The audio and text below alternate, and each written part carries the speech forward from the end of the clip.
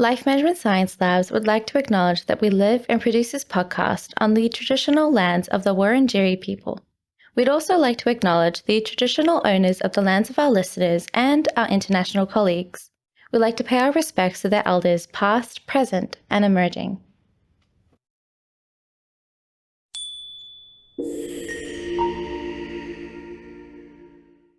Hey everyone, and welcome to Raising Parents, the Parenting Science Insights podcast, produced by Ella Massal, the Life Management Science Labs.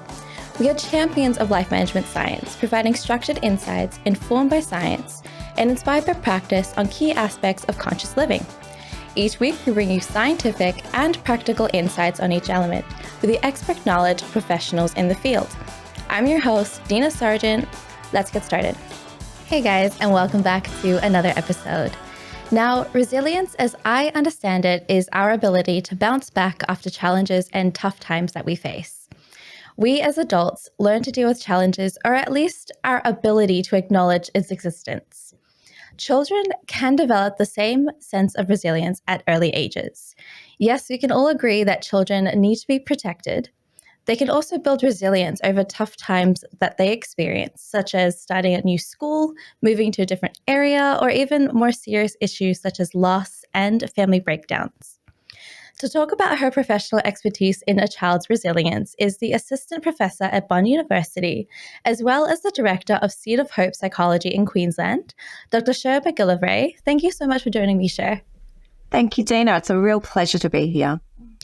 Now, looking into some of your research areas that you've listed out, such as well-being, resilience, intergenerational family recovery from adverse childhood experiences. In that sense of a child's well-being, what is your role in looking deeper into a child's resilience? As a psychologist, my role is, I suppose, predominantly helping the parents understand the vital importance of their role, because we know that a 1 week or 1 hour a week of therapy, excuse me, is not really sufficient. It's not going to be enough for a child. So we need that family environment for the parents to understand their child resilience, well-being, and to not be fearful, I think, of parenting as well. That their children are resilient and can overcome adversity and trauma. Children are very resilient. So my passion probably in this area of my research is working actually with parents of children to help the child. Okay. And especially when it comes to that point of what parents understand children to be and what children actually are, what's the most common point that you've noticed when it comes to a parent's understanding of a child's resilience compared to what a child can actually withstand? I think as parents, everybody wants, the best for their child. And I suppose when adversity, childhood maltreatment happens to parents' children, even right under their noses, we know that unfortunately, the latest childhood maltreatment study research that came out this year, 62.2% of Australian children are facing childhood maltreatment. So the statistics are very high. Most of it happens within the family. So it's very difficult for parents to cope when they find out this is happening to their children. But even school bullying, COVID, anxiety that's worsening today. I think parents are fearful, that I've done a bad job. I'm not able to help my child, but realizing I think that children are resilient. And there's actually research that suggests children who go through adversity in those younger years, who can, with the help of one supportive adult, it's all it takes, is to help a child recover and move through life's obstacles. They're actually going to be really resilient and be able to bounce back from many challenges that children who haven't suffered adversity or trauma or challenges have. Mm-hmm.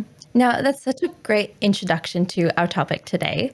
But before we discuss it even further, I love to get to know your recommendations as well as some of your interests and passions by playing our channel's favorite and most beloved icebreaker, a little get to know you. So I'll start off with asking the first question, which is, what is the most recent book that you've read? It would have to be The Hope Circuit from Martin Seligman.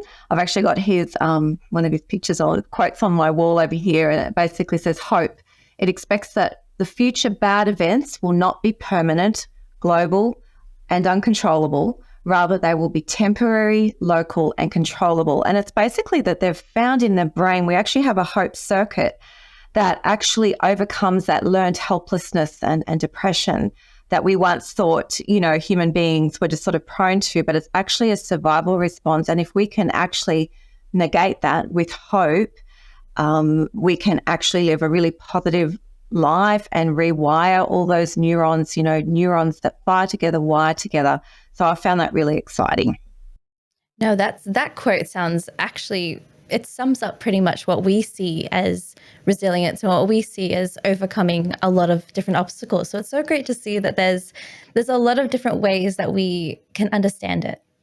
True, very true. Now, the next question is, what is the movie that you would recommend to our viewers today? Oh, my favorite movie, Four Weddings and a Funeral. It's really old, but I think the reason why I like it is it's comedy, but it's about life and our search for love and meaning. And we also have to face that adversity and tragedy of death. But in that, we find hope for the living and our families, and we come to have that community and support. So to me, it's just a really good feel-good movie, and I do like Hugh Grant. Yeah, I think I watched Four Weddings and a Funeral just for Hugh Grant. Now, could you name a podcast that really stands out to you? Lately, and I'm not listening to this personally myself, but I've had a real interest recently in men. In terms of, it's called an All Good Bro podcast, because I've recently been understanding the difficulties I think men and fathers have with conversations about mental health and well-being, and I've just found this a really helpful podcast. The way we build competence and character and the strength of our nation is in our families, and I feel like we really need to build up strong men. So that's my podcast of the week at the moment. No, it's very interesting to see how helpful podcasts are in sort of sharing one person's point of view, or even like a group of people point of view. Yeah, totally. And I think it's just about destigmatizing mental health, emotional difficulties that men, women, children are facing, because it's all that silencing. And I think that is what continues intergenerational trauma. And the high rates of suicide because of the silencing, that people can't talk about these sort of things. Whereas if, I know women, we're very good at this, we're always checking in on each other. But I think if more men and adults as teachers, educators, friends of family, check in on kids, on young kids. I'm trying to make a bit more of an effort myself just to check in on my friends' children, so that they've got a mentor and someone that they can talk to and check in on them if they're doing okay. Yeah, I will stand ground and say that mental health is connected to communication or lack of communication. And that will be me running down the hill and saying that for the rest of my life, because it's such a huge thing when we talk about mental health and we talk about like what you said, the silencing of it. Like no one really talks and says that they're not doing well, or wants to be the only person in the room that says they're not doing okay. Yeah. And we find, and I've learned this from becoming a therapist, that the quickest way to someone's heart is through their wounds. You will immediately connect with someone if they're actually really authentic, and it surprises me how they just open up to you straight away and share. And just by you listening, don't have to say anything. We have 2 ears and 1 mouth. There's a reason for that. And we don't actually need to. We just need to be there with them, seek to understand and be curious. I tell my students, you don't need to say anything. Just seek to understand what it's like for them. And that validation with non-judgmental, like just empathy, but no judgment, just compassionate response, actually helps people feel okay about their problems that they thought were just the worst, or I'm so ashamed of this, I can't talk about this. To be able to be seen and fully known, they are healed. Yep. No, I think validation is key to a lot of people healing themselves. And that's such a true point today.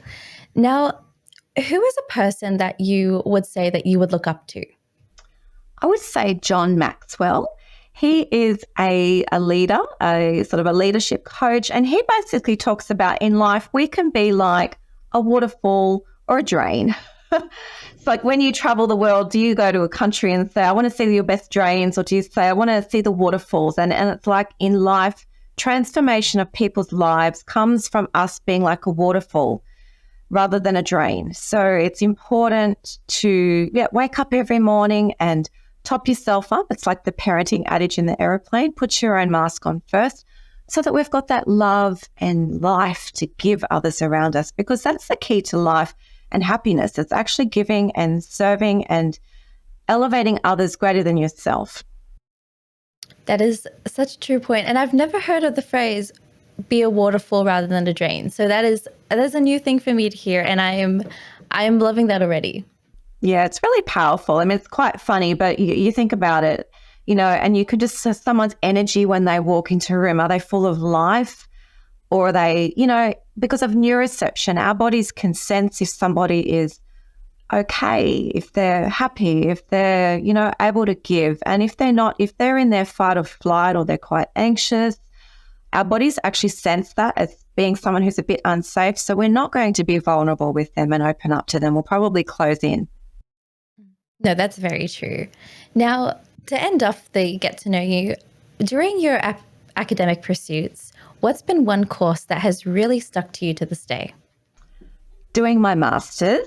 We've got a lot of master's students starting here today, but it was a refining process. You sort of go through the fire, I think, of personal development. I think with any study, isn't it? Like, it's quite transformative.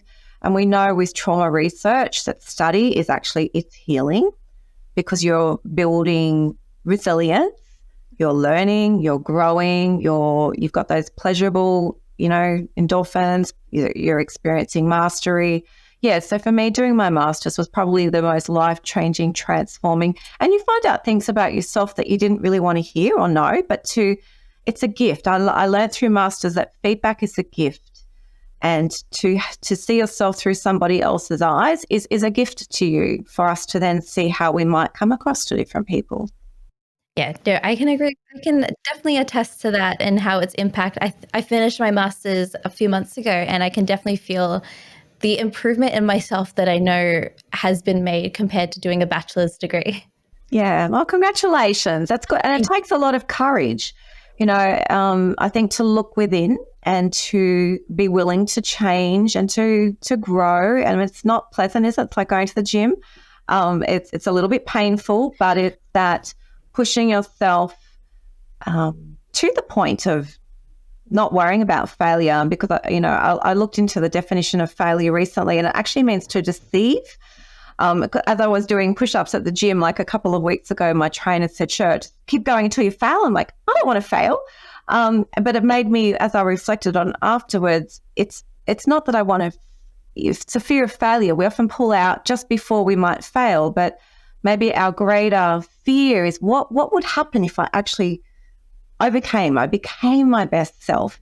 I actually, could achieve my dreams and everything. And I think that's probably where we fall short. Yeah, no, I think that's a great way of looking at it, I think. Now, we're talking about parenting today, and I know that everyone has a very different definition as to what parenting and being a parent is. So, to your opinion, what do you think parenting is to you? I always like to look up the original Hebrew Greek meaning of words, and I looked it up, and it means, well, I'm going to pronounce it probably incorrectly, but genomi. So parents, it means to be born or to become. Okay. So it's really a gift, obviously, having a child, but it's a gift for you that you're going to become your full potential, your full self by becoming a parent. So it also, I was just thinking about for fathers being a parent, it's actually quite important. Fathers are obviously, it means from which new ones are derived. So the stems will root down. It creates a crown near the parent. And it's interesting. It means one who has infused his own spirit into others, who actuates and governs their mind. So That's pretty powerful that a father has that kind of influence on a child, and a mother means strong or first water, the life giver. So that's essentially our role. No, that's a pretty incredible way of looking at it. I've never looked up the very original meaning to things, and I think that's it really has a different meaning once you sort of put it into perspective. It does. I came across this. I think I learnt it on a podcast, and you will always find the answer to problems within the word and within the original meaning themselves. So, for example, to fight and to battle in life. If you look up the original Hebrew Greek meaning of to fight or battle, it means lakem, which is bread, bread of life. And when you look more into the meaning, it means we overcome our battles in life by kind of eating them. It's like food for giants, and by facing our obstacles in life and taking them in, not avoiding them, not suppressing them, but sort of eating them. That's what helps us become stronger and win the battle. Wow, that's that is, I'm going to start looking up the definition, the actual original definition of things now, because I can feel myself getting really attached to knowing them. Now, when it comes to being an expectant parent in their transition, what do you think that parents need to be aware of in their transition to parenthood? Yeah. The first thing I suppose that comes to mind is for parents to trust their own instinct. I know there's so many people and specialists, everyone giving you advice, and your parents and their mother-in-laws, which is all wonderful, but I think trust yourself with your child. My dad always says, love the mother, then everything will be fine. So I think that's definitely an important tip. And probably to mums, to look after yourself. I think as mothers, we tend to always put our children's needs first. But in hindsight and looking at the research, we know that if the mother's doing well, like if the mother's not anxious or distressed all the time, the child will follow suit.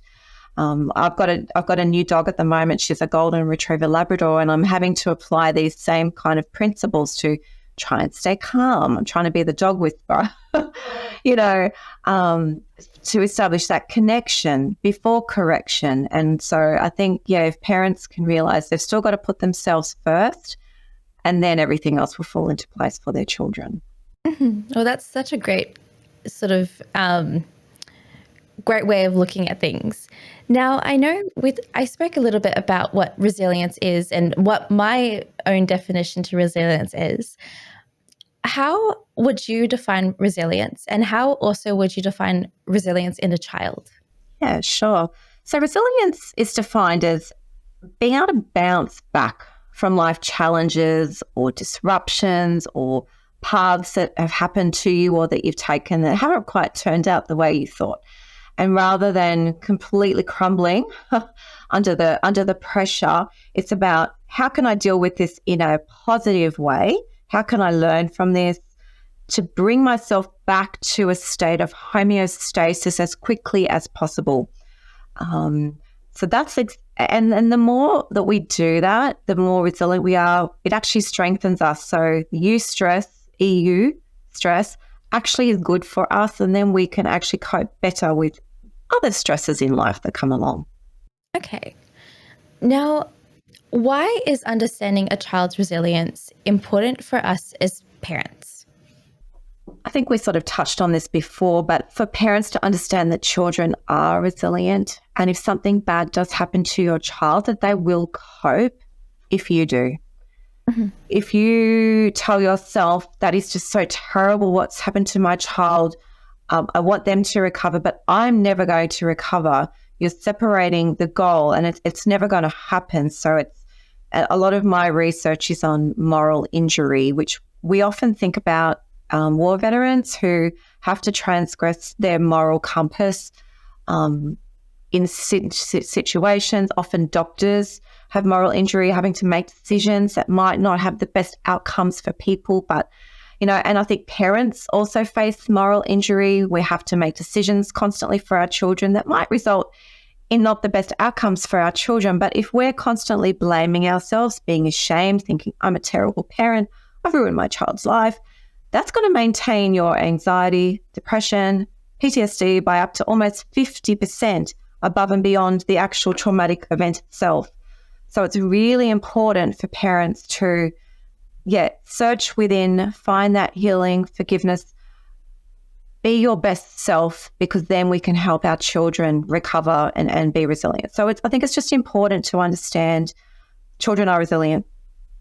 And finally, just when children are broken or things happen, think about like an egg rather than us thinking, oh my goodness, my child is broken, like a cracking egg on from the outside.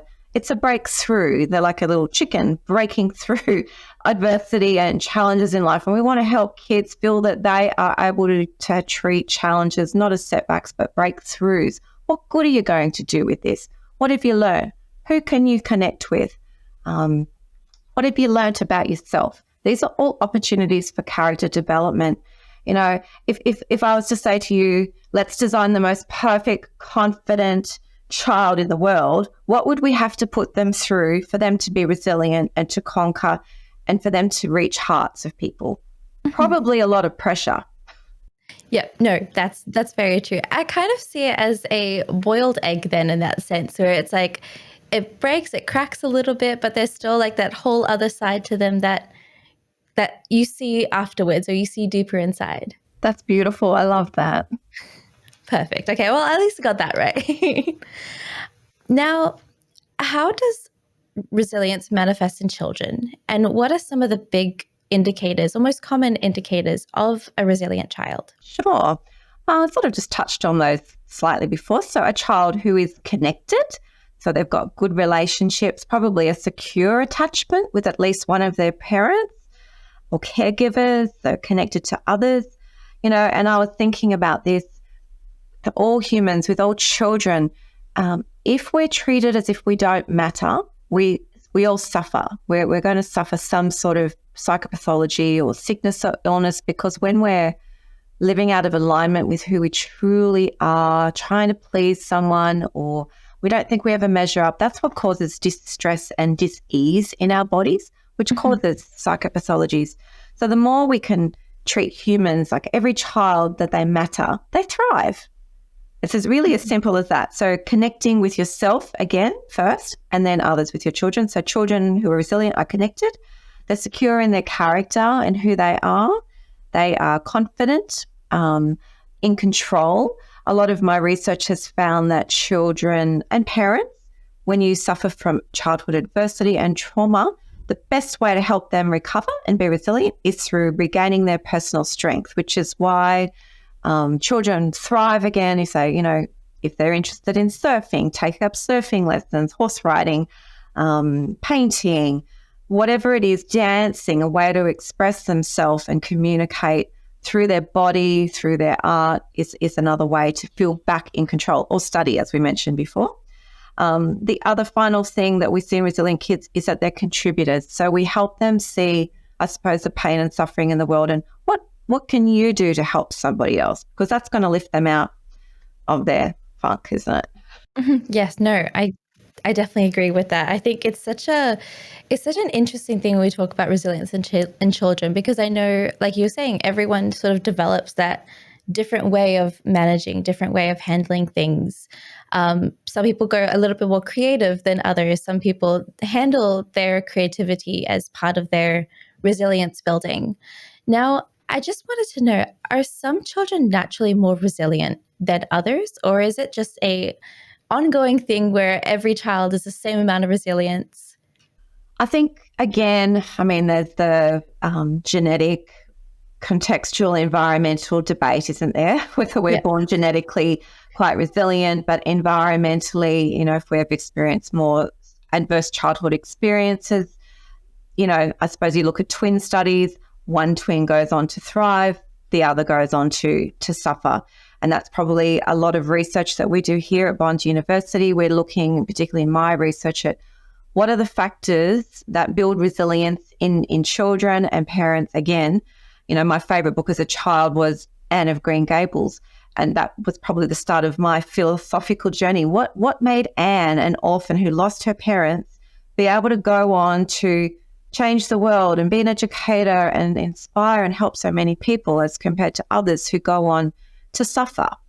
So it's a very good question.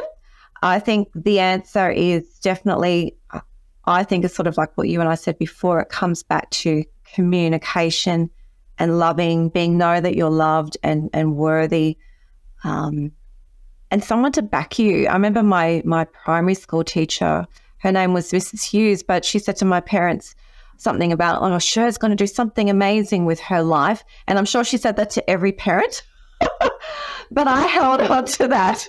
I held on to that hope that I was going to do something good in this world, and it only takes one person, even children who are self-harming or even thinking about, ending their lives. All it takes is one person to check in on them and go, well, you matter to me. And isn't that important that one person sees your value and worth?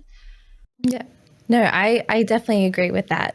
And I think it's such a big thing to have that one person believing you. I think I remember my year 7 teacher saying that, oh, she's going to do very well. She's actually going to be a really great speaker someday. There's been a teacher the year before telling me that I'm not going to be anything more than a C average student. So then to bounce back from that and hear another teacher saying something completely different was very validating. It countered all the lack of hope or lack of dreams that I had from the previous year into what is now a great and beautiful understanding as to what I can do with the world and what I can do to help the world. Oh, that's such a beautiful story. Thank you for sharing that. And it's just such a good reminder of the power of encouragement. Being a psychologist, if you look up the root meaning, it means like a so like a paramedic. Think about like someone, an ambo coming alongside someone to be with them until you get them to the doctors. And in life, I think we all need to be like those carers, and we come alongside people, be with them, encourage them. It's like what do you call them? Plants, and you've got a stake that holds them up until they're fully bloomed and grown.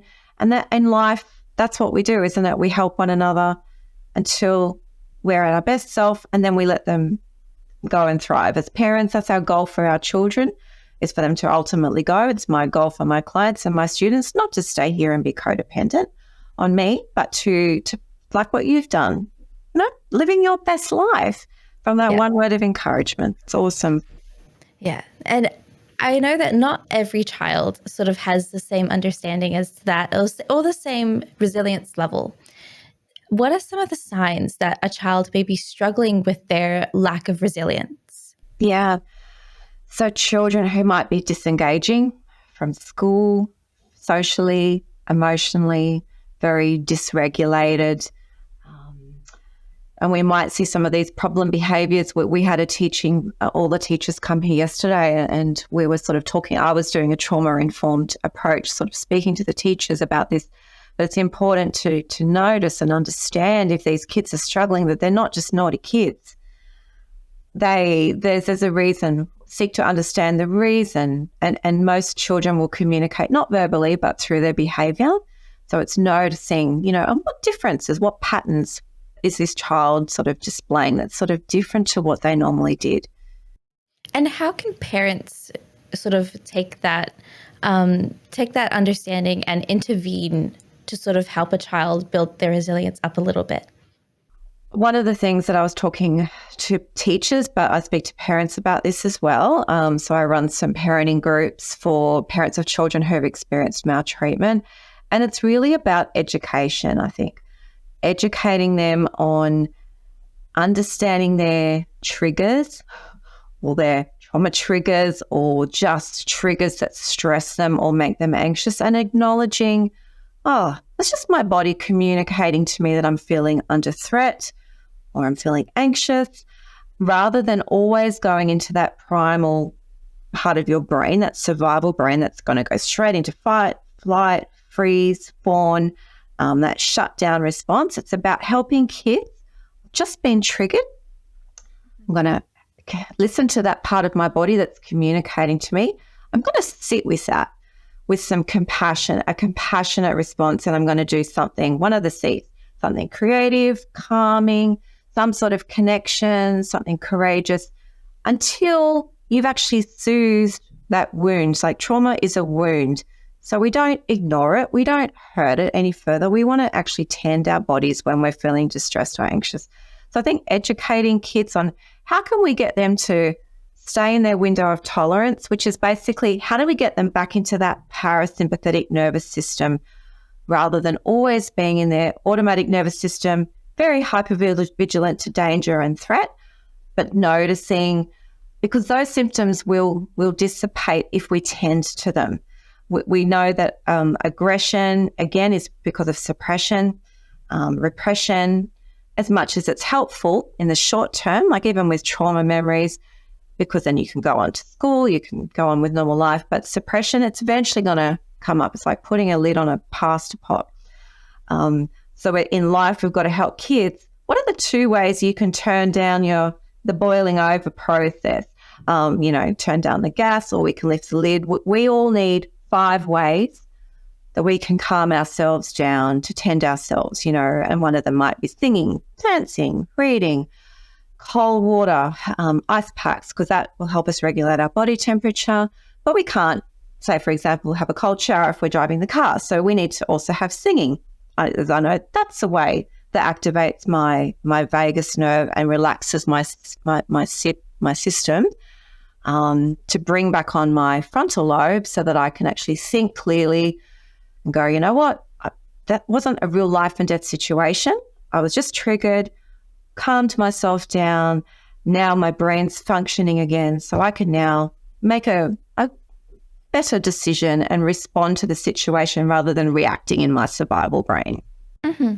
So when it comes to a parent sort of coming in and reacting to a child's triggers, how do parents even know what their child's trigger is to begin with? Most parents, I suppose, would know that it's probably going to be them saying no. That's going to be a trigger. Again, because they're not feeling in control. Is it fighting with siblings? I mean, it's about sitting down with the child and working it out. And I often say to my families in my clinic, let's sort of sit down around the family and draw up a family planner with almost like a reward chart and consequences if, say, little Johnny does scream and hit and pinch and punch his sister.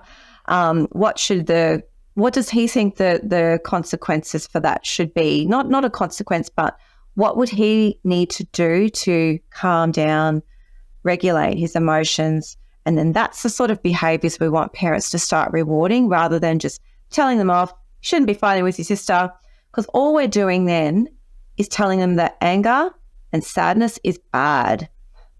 And then a child's going to grow up thinking, well, I must be bad because I'm sad or I'm angry. Whereas these are opportunities. I used to love Mr. Rogers, the TV show, probably before your time, but he used to say that every emotion that is mentionable is manageable. And if we can help our kids learn that anger and sadness and frustration are all very normal, help them lean into it, how can we solve, validate your pain and suffering? What do you need to do so that this doesn't happen again? Or what can you learn from this? What do you want to do now? Then we help them move out of it. They're actually going to have a higher level of emotional intelligence than if we yell at them or we ignore them. So don't cry about that. We want to welcome, lean in, but then lean out again. Mm-hmm. So taking that approach into consideration, how does that impact the child's overall social development? Because I think social is a big part of a child's resilience and also a child sort of overcoming a lot of things. So how does that approach really help develop them socially? Well, I suppose we know that kids who have a higher level of emotional intelligence will be able to take more risks in relationships. They'll be able to work through challenging conflict resolution with others if they've been able to learn that it's okay to say no, that conflict is actually good. because I think we sometimes do injustice to our kids when we tell them to grow up and just love everyone and just be kind to everyone except yourself, because those kids are going to grow up probably not having good boundaries, and they're going to be targets and probably become victims because they haven't learnt their own value. We're meant to love others as we love ourselves. So, yeah, it all comes into play, doesn't it? Especially when it comes to, I think, the whole idea of people pleasing as an adult. And that's like a big part of trying to satisfy everyone else around you in damage to yourself, or thinking about others before yourself. And I remember that as a whole thing growing up. Think about how it affects others first and put others first. And I was like, well, like, I'm not going to get along with everybody. Not everyone's going to get along with me. And the fact that if I have to sacrifice a bit of part of me to get someone to like me, then is that really who I am, or is that who I want people to know me to be? Yeah. So I think we really use that quite often. And I hear that quite often as a kid. Try to make everybody happy, trying to don't rock the boat. I think I've heard too many people say that as a coping mechanism. Yeah. But it's scary because, it all sounds lovely. We're raising generations of beautiful children who are loving and just loving others. But it's also, I think, impacting the silencing. When you think about the child maltreatment that's going on within 62% of homes, because kids don't want to rock the boat, and they don't want to speak up when something bad's happening to them because everyone loves that person. I don't want to cause them any trouble. I'm going to suppress my feelings, my emotions, even if they're not safe, because a child has a greater need to attach, to survive, to people, even if they're loved, but also the person that's hurting them. It's really confusing. So, yeah, I think you're right. We need to be educating kids. And I always say to my clients, we're to be doorways, not doormats.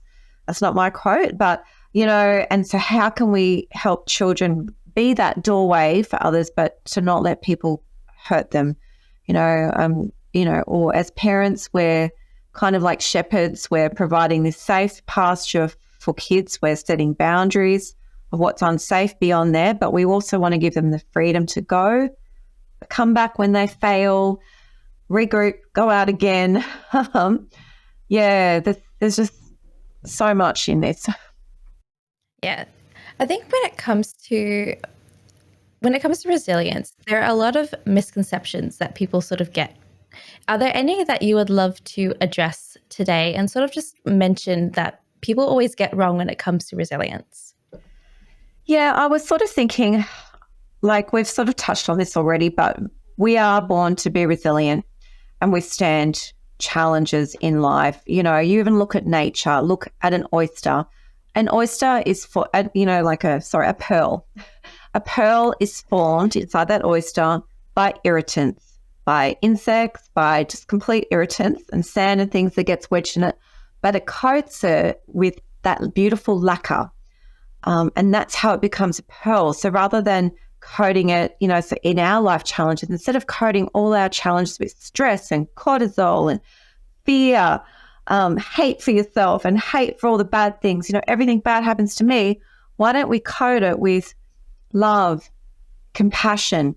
What good am I going to do with this?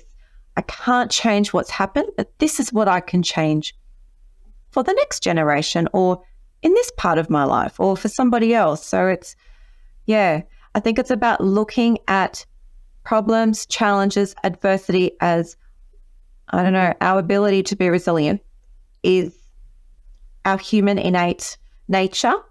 And if we can embrace that rather than being fearful of it, we're actually going to strengthen and go on to flourish and thrive and enjoy the beautiful things of this life. Even if you're having the worst possible day, you can still go outside and still hear the birds sing. There's still good in the world. Yeah, no, I think especially for me, when I hear about resilience, when I hear about what we're supposed to be, even researching about this topic today, how to bring resilience into children, there's that whole idea of resilience needing that to find a plan B, to find something to, if you struggle in some area, you go find something somewhere else that you can thrive in. And we always forget to acknowledge the fact that it didn't work out in the first place. And that's something that I've learned as an adult, and something that we don't talk about as a whole society in terms of what we're meant to be teaching children. We're supposed to be teaching them the fact that it's okay things didn't go right the first time round, but you can come back and try again. Yeah. And I think, like, especially growing up, I've never heard of the fact that things are okay if they didn't go your way. If you get the wrong or answer incorrect in an exam or in a test, it's okay that you got that wrong. I don't think I've ever heard anyone else, another human, actually say what you just said. Oh, wow. I mean, okay. I feel like that needs to be a new campaign around the world, that it's okay. Like, failure is not the end. It's actually okay. It's a lesson. It's okay. My favorite poem as a child was the Robert Frost, The Road Less Taken. And naively as a child, I thought, I'm going to take the road in life less taken, which meant I'm going to be like successful, happy, everything's going to be great. and then on path, whatever I'm on, P, Q, W, it's like, this is the road less taken, but it's the one that's been worthy, that it's been worth my while, that I wouldn't have found who I truly am, how strong I am, how much more compassionate I am for other people's suffering had I achieved my plan A. I wouldn't want to be that girl. I would have been a mean girl. So it's kind of like, I love what you said, and I think you should do something with that.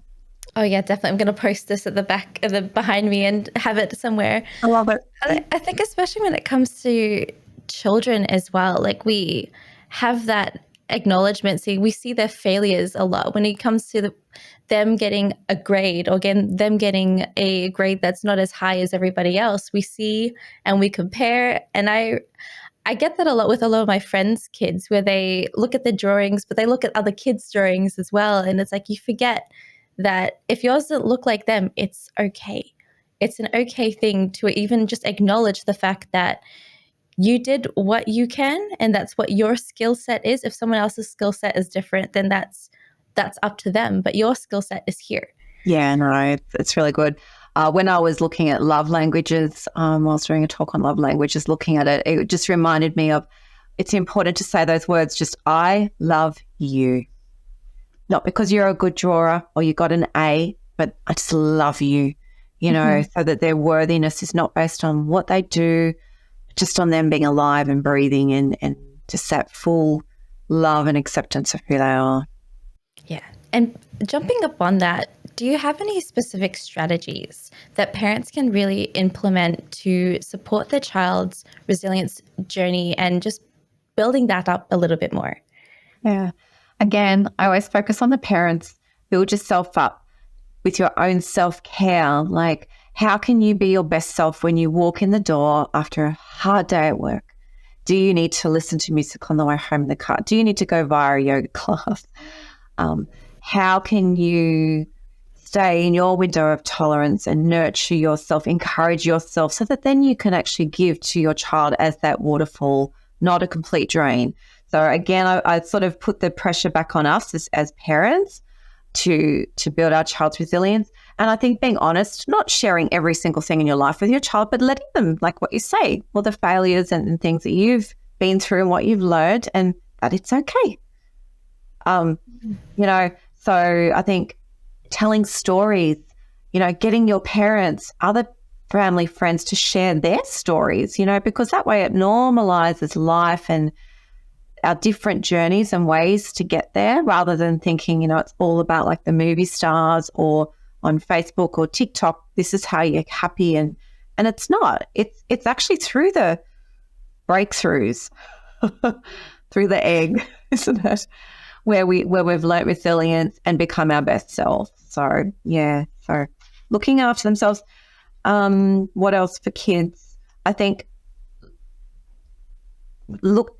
dealing with your own stuff. Like, if you are totally irritated by your child, I know when they come home from school and throw their school bags down, or think, what do I ask yourself? Judy Atkinson says this. It's not about what my child can do for me. What does my child need from me? If they're coming home stressed every day, throwing it down, they're really upset.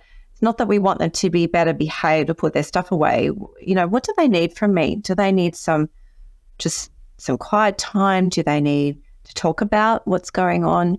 To not link it back to you as like being a bad parent because my child's misbehaved or messy. It's like, what does my child need from me?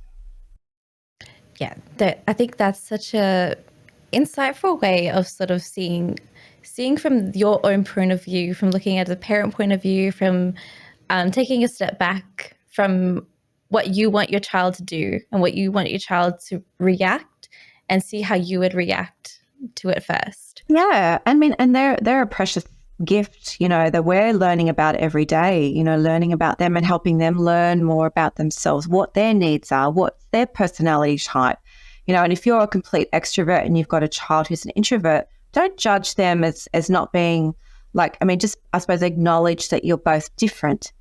So don't have those high expectations that they should be more social. They should be doing all of this stuff like you. It's about understanding that there's differences in temperament and coming down to their level. It's all about connection before any sort of correction. It's one of my favorite sayings for parent. And I think just mindful parenting, being in the moment. What does my child need from me? How can I love and support them so that they know they are of infinite value? They can tell me anything. It doesn't matter what it is, how bad, how sad, that I will cope. I think that's the biggest thing too, is for a child to know, so as a mum, that you're not always anxious, you're not always crying, because then a child's going to think, well, I can't tell my mum anything bad that's going on for me because she wouldn't cope. They're not cognitively thinking that, but subconsciously, they're not going to open up to you if they don't think you can cope. So it's just going to increase that suppression of a child. So the better we are as parents, the more open, like what you say, the communication is going to be. We're available. We're living in the present moment, not ruminating about the past or worrying about the future. None of them we can change. The best place to be is right here, right now with our kids. And speaking of building resilience, do you have any specific resources or apps or even tools that you would recommend for parents who are starting their journey to support the development of a child's resilience? Yes, there are plenty of resources out there. There's always a really great conference that comes every year, the Resilience Conference. So for parents, and they usually have all the key speakers, psychiatrists, psychologists speaking at those sort of children conferences. So look out for those. But online, there's digital mental health apps. There's one called Mood Mission, Smiling Minds, Headspace, Brave for You. This Way Up is about student wellbeing. Like, there's just so many great resources out there for parents these days.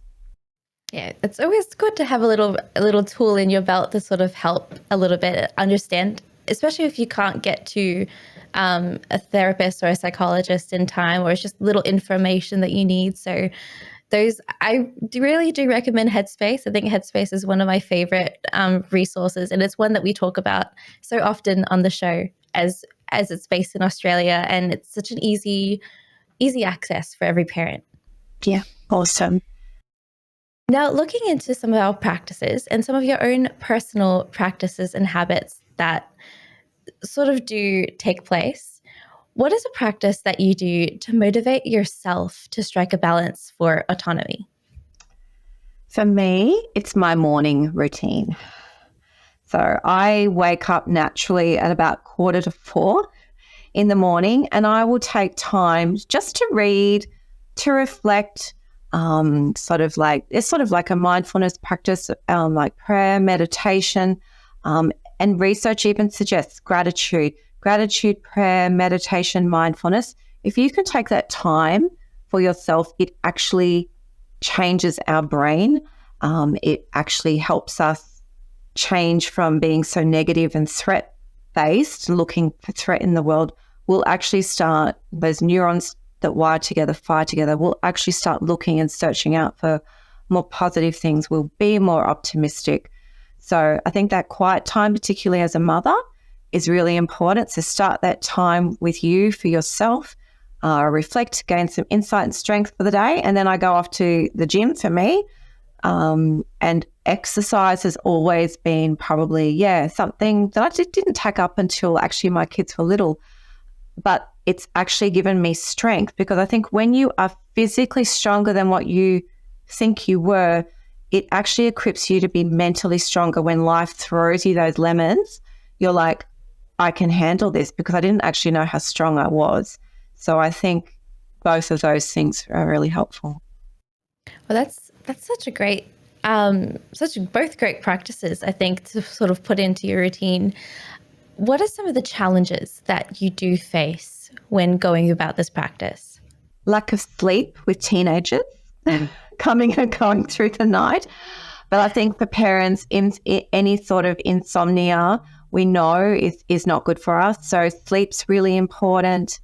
And I think just putting yourself first, rather, a lot of parents think, I can't put myself first. I've got to take my kids here. I've got to go to work. I've got to do all these things. Whereas if you can see that as being wisdom to put yourself first, then that's really important. Mm-hmm. And how do you think that this practice has impacted your own parenting and also your perception in life? It's probably changed the way I've parented. You know, I think before becoming a psychologist, I didn't know all of this. And I really think psychology should be taught to parents and to little kids in kindy. But I think having that revelation of how important you are as a parent, your health, your well-being, and how that impacts a child. It's not just about us putting our children in cotton wool and wanting the best life for them. It's about, well, this is life. It's what connects us, isn't it? Is suffering and challenges, but being there for yourself, for your kids, surrounding yourself in a community. I was very blessed to, grow up in a community of playgroup mums, and we still get together without our kids. They're all grown up now. We got together this week on the beach together. And I think that sense of community as a parent is really important when they're babies right through to now. We all need people. No, that's very true. Now, this leads us to the next hot topic at hand, which is our Over Mic. It gives you a chance to talk about anything that you are passionate about and something that you would love our audience to maybe find more information on. So in the last minute or so, I would love to give you the floor and just share your thoughts on what we have today. I think I will probably talk about moral injury because I feel like it's something when I know the research now, like if we transgress our own moral compass, if we live with any sort of shame, any sort of pain that we don't address, it's going to maintain our anxiety, stress, depression, PTSD, which impacts our children. So I think not suppressing, dealing with it, with that kindness and compassionate response, loving kindness, meditations might help connecting authentically, like seeing a psychologist, but even speaking to your friends, men's group, men's shared, women, just, I think, connection. And I think the older I get, the more I learn that it really is love. Love and connection are the keys to healing.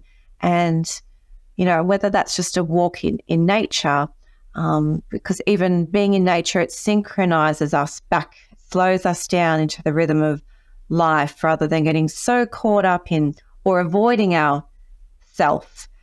It gives you that time to synchronize and come back to loving all of you. When you look at renewing, rebuilding, restoring your life from broken ruins, this is another area of my sort of passion. When you look at the Hebrew Greek word of restoration, of rebuilding, it actually means to use all parts, all the broken pieces of your life. We need to rebuild our life on that loving foundation that all parts are worthy, all parts are welcome, like what you were saying with the failure. Let's not just push that aside. It's like the Japanese, is it hiragana, the pottery? Their philosophy is that all the broken pieces, they mend them together with gold, and that's what they put out on display in their art galleries. Their brokenness is actually a greater gift to the world. And I think if we can see a rebuilding with lovingly including all parts of our life, telling our stories to our kids without shame, we're going to be, a happier, whole version of ourselves that we can then not only love our kids, but we can love other kids. We've got more energy, we've got more joy, we've got, rather than staying stuck in the brokenness, we can rebuild our life on it.